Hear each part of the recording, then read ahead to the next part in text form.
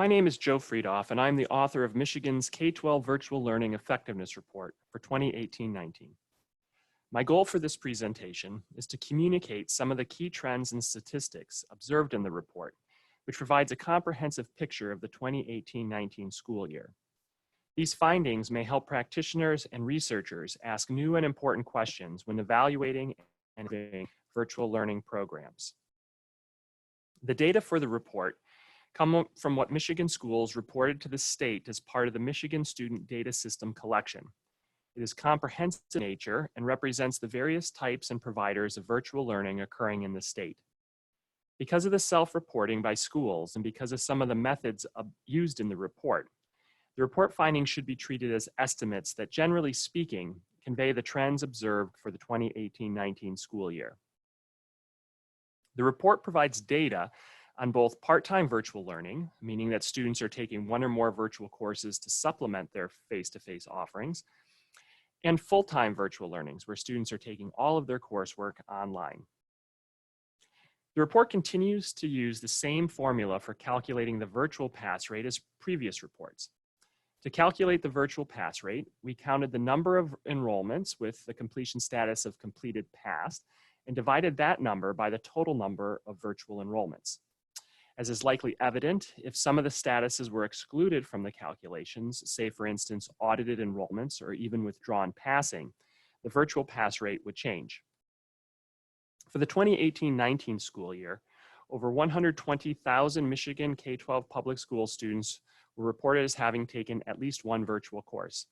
This represented about 8% of the total Michigan student population. These students produced over 639,000 virtual enrollments, representing about a 10% increase in the number of enrollments compared to the prior year. The report also includes a couple of maps. The map on this slide shows the percentage of students in each ISD area that took at least one virtual course in the 2018-19 school year. The darker the blue, the higher the percentage of students who took a virtual course other than from a cyber school. Alpena, Mount Morency, Alcona, Berrien, Coeur, Jackson, St. Joseph, and Tuscola ISDs and RESAs had 15% or more of their students take a virtual course in 2018-19. Since cyber schools do not really have their own resident district, but rather draw students from other districts to attend their schools, this map shows where the cyber school students were actually located. The darker the orange, the higher the percentage of cyber school students. Students who were residents of Wayne, Oakland, and Macomb ISDs made up the highest percentage of cyber school students in the state for the 2018-19 school year. Like past years, 2/3 of virtual enrollments came from the core subjects of English language and literature, mathematics, life and physical sciences, and social sciences and history. The highest enrollment courses were also most likely to be ones required for high school graduation. Michigan students also accessed 29 different AP courses, providing students with options not available in many schools across the state. The statewide pass rate for virtual AP courses was 84%. Students in grades 9 through 12 accumulated 79% of all virtual enrollments, and this is consistent with past years. 608 Michigan school districts reported at least one virtual enrollment. This represented approximately 2/3 of Michigan public school districts. In terms of the number of schools, 1,225 reported having at least one virtual enrollment. 55% of these schools reported 100 or more virtual enrollments. It may be worth mentioning that 18% of the schools reported having less than 10 virtual enrollments. While one would expect the higher enrollment schools to have a larger impact on the data, we think it's important to keep in mind that 98% of the state's virtual enrollments came from the 679 schools with 100 or more virtual enrollments. Collectively, the state's pass rate for the year was 55%, the same as the prior 2 years. There exists, however, important variation to consider when interpreting this statistic. For instance, close to half of students who took at least one virtual course passed every one of their virtual courses. That was over 196,000 enrollments from students who were always successful with virtual learning. 316 Michigan public schools, or 26% of all schools with virtual learning, had school-wide virtual pass rates of 90 to 100%. 53% of schools had a pass rate of 70% or greater. Clearly, there are virtual models at play in Michigan schools that are working, but we need more of them. The pass rate varied by school emphasis. For instance, general education schools had a 65% pass rate. They represented 75% of the schools, but only 56% of the virtual enrollments. Schools whose emphasis was alternative education had a pass rate of just 42%. 24% of schools were considered alternative education schools, and they generated 43% of the virtual enrollments. Part-time virtual learning schools, using virtual learning to supplement face-to-face learning, accounted for about 54% of the enrollments, whereas 46% came from full-time virtual enrollments. There were clear performance differences across these types. Part-time virtual learners had the highest pass rate at 60%, whereas the full-time virtual pass rate was 49%. 57% of virtual learners were classified as living in poverty. This is about 7% higher than the K-12 statewide average of students eligible for free or reduced lunch, which was 50% in the fall of 2018. Students living in poverty took 66% of the virtual enrollments for the year. Thus, they accounted for a disproportionate amount of virtual enrollments. When it came to performance, students who were not in poverty had a 69% pass rate in their virtual courses. Unfortunately, those in poverty passed their virtual courses less than half the time. Generally speaking, students taking fewer virtual courses experienced greater success. Students who took only 1 to 2 virtual courses during the year had a 76% pass rate. Students who took 5 or more virtual courses had a pass rate that was only 51%. 49% of virtual learners passed every virtual enrollment they took. 23% did not pass any of their virtual enrollments. That leaves a little over a quarter who passed some, but not all. For the more than 27,000 students who did not pass any of their virtual courses, 41% only took 1 or 2 virtual courses. In comparison, over 12,500 students did not pass 5 or more virtual courses, and over 3,750 students did not pass 11 or more virtual courses. Further analysis of these 3,778 students showed that over 2,500 of those students, or 68%, were primarily or exclusively enrolled through full-time virtual programs. Over 560 students, or 15%, were using special education services, and slightly fewer than 3,100, or 81% of those students, were in poverty. An even deeper dive into what is going on with these students shows that it's not exactly that these students are failing their online courses, though that is happening. Rather, we see huge numbers of these enrollments ending in withdrawn or incomplete statuses. For instance, the percentage of enrollments ending in incompletes for students who fail all of their courses is double that of the general population, and the withdrawn percentages are over 40% for these groups, much higher than the 18% for all virtual learners. So far, the measures of student success has been whether or not the student passes their virtual course or courses. The report also has some data on how well virtual learners perform on state standardized assessments. As would be expected, the percentage of virtual learners testing proficient on these state tests varied considerably when taking into account their non-virtual performance. For instance, students taking a minimum of 3 non-virtual courses and passing all of them had proficiency rates that exceeded the statewide average for each test. Students who did not pass 1 or 2 of their non-virtual courses, and those not passing 3 or more of their courses, had much lower rates of proficiency. Students in poverty, represented by the green columns, consistently recorded proficiency rates that were 20 to 30% lower than their peers who were not in poverty.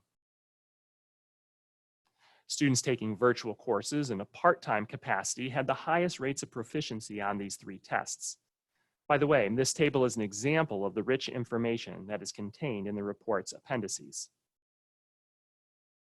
This year's report took a deeper look at schools with virtual pass rates of 80% or above to see what could be learned from them. There were over 500 such schools in the state. When looking at schools with 80% or higher virtual pass rates, We looked at whether the number of virtual students served was an important factor. The data showed that across these schools, about 36% had 10 or less students in their virtual programs, while 41% had more than 50 in their programs. Successful programs don't see the number of students as an obstacle to student achievement. We looked at whether the number of virtual enrollments served made a difference. The data show that across these schools, about 27% had 9 or fewer enrollments in their virtual programs, while 44% had more than 100 in their virtual programs. The number of virtual enrollments does not appear to be a limiting factor for program success. We looked at whether these schools offered a limited number of virtual courses to their students. The data show that across these schools, about 40% offered 10 or fewer virtual course titles, which makes sense given the data on the number of students served we viewed earlier. 1 in 5 schools offered between 11 and 25, about a quarter between 26 and 50, and over 10% of the schools had students in more than 50 different virtual courses. Successful programs can maintain a high pass rate while offering a range of course titles. We investigated whether LEA versus PSA might be a distinguishing factor. Over 40% of LEA schools with virtual programs had statewide virtual pass rates of 80% or higher. For PSA schools, it was about 1 out of every 3. Both traditional school districts and charter school districts can run successful virtual programs. Perhaps looking at a school's locale could suggest a barrier to virtual learning success. The data indicate similar proportions of schools across locales achieving an 80% or higher virtual pass rate. So schools are proving virtual learning can succeed across the various geographies of the state. When we looked at the overall state data before, we saw quite a sizable performance gap for students based on their race or ethnicity. We wondered what kind of performance gaps were present in schools with 80% or higher school-wide virtual pass rates. What we found was that the gap closes substantially for these 500 or more schools. Consider that the pass rate for African American or Black students is 90% in these schools, compared to 43% in the overall virtual population, and only lags the white virtual pass rate in these schools by 1%, compared to 16% in the overall virtual population. For each of the known race ethnicities, the virtual pass rate range was about 4 to 5% for these schools. Thus, in these virtual programs, students were achieving at much more comparable rates. We also know that across the state, students in poverty had a pass rate of 48%, which was 21 percentage points lower than it was for virtual students who were not in poverty. For schools reaching the 80% pass rate, the virtual pass rate for students in poverty rose to 88%, much closer to the 92% virtual pass rate for the students who were not in poverty. Students in poverty continued to represent a large percentage of virtual learners, 40% in these schools, but quite a bit smaller than the 57% seen in all virtual programs across the state. Note also that the percentage of enrollments from students in poverty dropped from 66% to 42% in these schools, suggested that the students in poverty were not taking a disproportionate number of virtual enrollments as we had seen across the state. Students in poverty are experiencing much more equitable success in their online courses. We investigated full-time versus part-time virtual learning. These 504 schools show that over 40% of part-time programs were able to yield school-wide virtual pass rates of 80% or higher. It does appear more difficult for full-time programs to reach this metric. Only 12 of the 79 full-time programs also achieved this success benchmark. Thus, while there is evidence of success for both types, it appears to be a more frequent occurrence with part-time programs. We also looked for differences among alternative education and general education schools. There were over 450 general education schools in Michigan that achieved school-wide virtual pass rates of 80% or higher. This was 1 out of every 2 gen ed schools with virtual programs. For alternative programs, 42 schools reached this mark. As a percentage of alternative programs, it represents just 14% of such schools, indicating that while possible, this threshold of success remains a sizable challenge.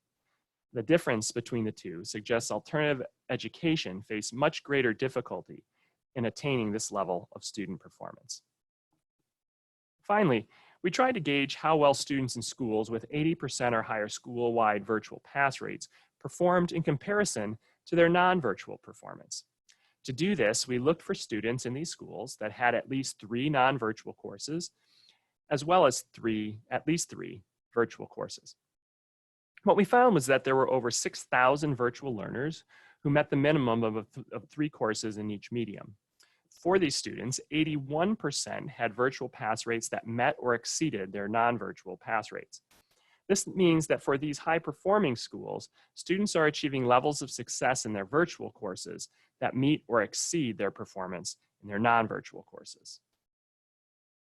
This year's report represents the 9th year of data on the effectiveness of virtual learning in Michigan's K-12 system. Over the 9 years of data, we have seen the number of virtual learners grow from over 36,000 to over 120,000. We have seen the number of virtual enrollments grow from just shy of 90,000 to almost 640,000. The number of schools with virtual learning grew from around 650 to 1,225 schools, and the virtual pass rate has been pretty flat. The data in this report represent an opportunity for schools and educational stakeholders to have critical conversations about what is working and for whom it's working, and what's not working, and under what circumstances those results are occurring. Michigan Virtual has created many resources that can assist schools in reflecting upon and improving their virtual programs. All of these guides that you see on the screen and other practical resources are available on the Michigan Virtual website. Thank you for taking the time to learn more about virtual learning in Michigan. There are many more details in the report itself, so please take some time to look through the report, including the data tables at the end of it. Thank you.